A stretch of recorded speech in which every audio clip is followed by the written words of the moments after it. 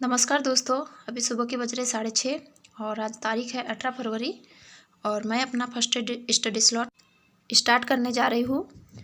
और पढ़ने के लिए बहाने नहीं, पढ़ने का कारण तय करो।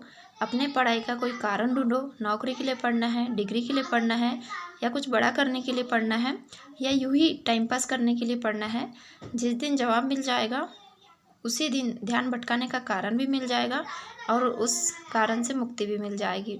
तो नमस्कार दोस्तों, welcome back to my new study vlog village स्त्री लाइफ। कैसे आप सभी लोग? आई होप सभी लोग अच्छे होंगे और अपनी स्टडी कंटिन्यू कर रहे होंगे और अपना भी ध्यान रख रहे होंगे। तो यहाँ मैं अपना अभी फर्स्ट स्टडी स्लॉट कर रही हूँ और वहीं जो भी मेरे नोट्स बाकी है उन्हीं पे फोकस है मेरा कि मैं जल्दी से जल्दी बना लूँ ताकि बाद में मुझे रिवीजन करने में आसानी हो।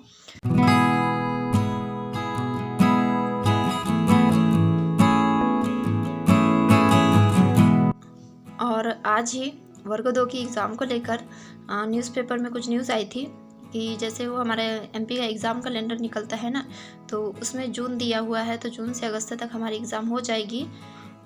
तो अपनी पढ़ाई को अब दुगनी करना होगा क्योंकि पहले से तो पता ही था कि एग्ज़ाम होगी, लेकिन कब होगी कंफर्म नहीं था। अब तो कंफर्म हो गया है और मैं अपना फर्स्ट स्टडी स्लॉट कंप्लीट करने के बाद बर्तन साफ़ करूँगी क्योंकि आज संडे है तो साक्षु स्कूल नहीं जाएगा, तो खाना बनाने की उतनी ज़्यादा हड़बड़ी नहीं है। उसके बाद मैं बेड वगैरह ठीक कर लेती हूँ। और पहले एग्ज़ाम डेट फिक्स नहीं थी ना कब होगा करके, तो हमारे कई बहाने चलते थे। तो अब कोई बहाना नहीं है, बस रात रात भर जाग कर पढ़ना शुरू कर दो क्योंकि किस्मत के सितारे तभी चमकेंगे जब नींद अधूरी होगी। अभी तक हम लोग अपने पढ़ाई को लेके काफ़ी सारे बहाने किए हैं, लाइक जैसे हम हाउसवाइफ है तो बच्चों का काम का अपना सच में अगर हमने अपना अगर लक्ष्य तय कर लिया है तो कोई बहाने नहीं चलेगा, कोई कॉम्प्रोमाइज़ नहीं चलेगा अपने पढ़ाई के साथ में।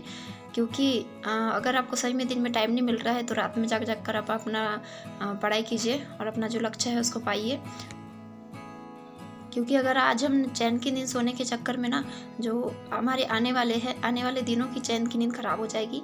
अगर हम आज रात भर जाग कर अपनी तैयारी करते, मेहनत करते, तो जो हमारे आने वाली रातें हैं वो बहुत अच्छे से चैन से गुजरेगी और चैन से नींद आएगी। तो यहाँ ना रात का चावल बचा हुआ था तो मैं भी इसको चावल फ्राई करूँगी और इसी का मैं नाश्ता करूँगी। उसके बाद फिर मैं खाना बनाऊँगी और खाने में आज बन रही है दाल पालक।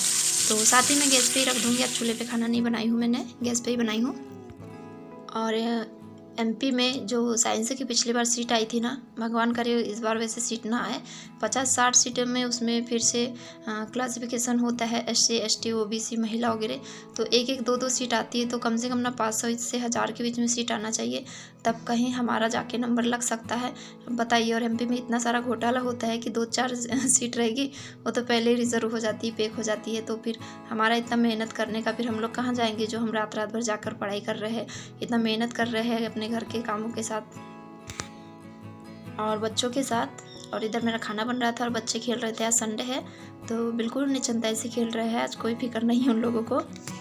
और आज का मौसम देखिए, सूरज भगवान थोड़ा अंदर ही छुपे हुए हैं। 9:15 और मैंने जो बनाया था चावल फ्राई उसका नाश्ता कर लिया है और अभी बन रहा है चावल।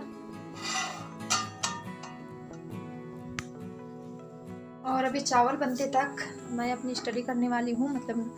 और मैं अभी सोच रही हूँ कि मेरे जितने भी अभी केमिस्ट्री की साइंस की नोट्स बची हुई है जल्दी से जल्दी उनको पूरा कंप्लीट कर लूँ।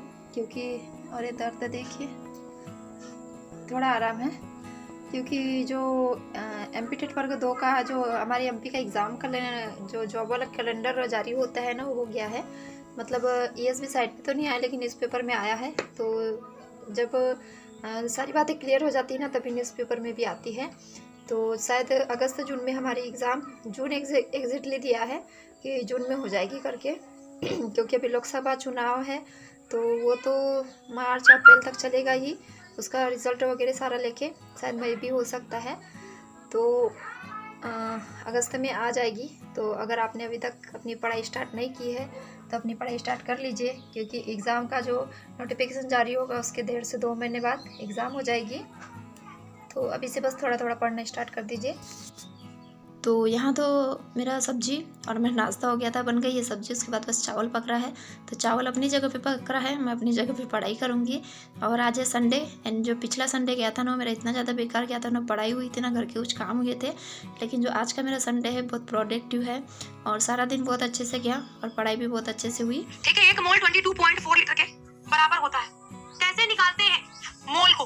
मोल बराबर होता है, महिमा देखो, कभी भी तुमसे कह दिया जाए मोल की संख्या निकालो, मोल कैसे निकालोगे? तो उस तत्व का, उस यौगिक का भार कितना है, उसी में ही उसका अणु भार डिवाइड कर दो, तो तुम्हारा क्या आ जाएगा? मोलों की संख्या आ जाएगी, तुम्हारे मोल आ जाएंगे।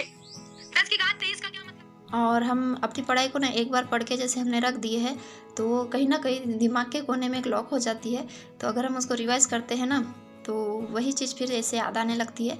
तो अभी ना मैं जैसे क्लास भी देखते जा रही हूँ और साथ में नोट्स भी बनाते जा रही हूँ, ताकि जो मैं भूल गई हूँ थोड़ा बहुत वो भी मुझे डबल से रिवाइज हो जाए। और आज मैंने एक प्रीवियस ईयर के क्वेश्चन ही है शायद, या फिर प्रैक्टिस सेट जो भी हो, मैंने ऐसे बायजूस से लगाया था, जो साइंस का चैप्टर है उसमें से। जैसे एग्ज़ाम का पेपर तो पूरा होता है CDP और 4-5 मैंने UP टेट का लगाया था, तो उसमें साइंस के मेरे ना काफ़ी सारे ऐसे लग रहा था जैसे हम लोग ये करो ना, जैसे हम लोग थ्योरी पढ़ो तो ऐसा तो लगता है सब आने लगो, लेकिन जब तक क्वेश्चन नहीं करते हैं ना तब तक हमारा लेवल पता नहीं चलता है।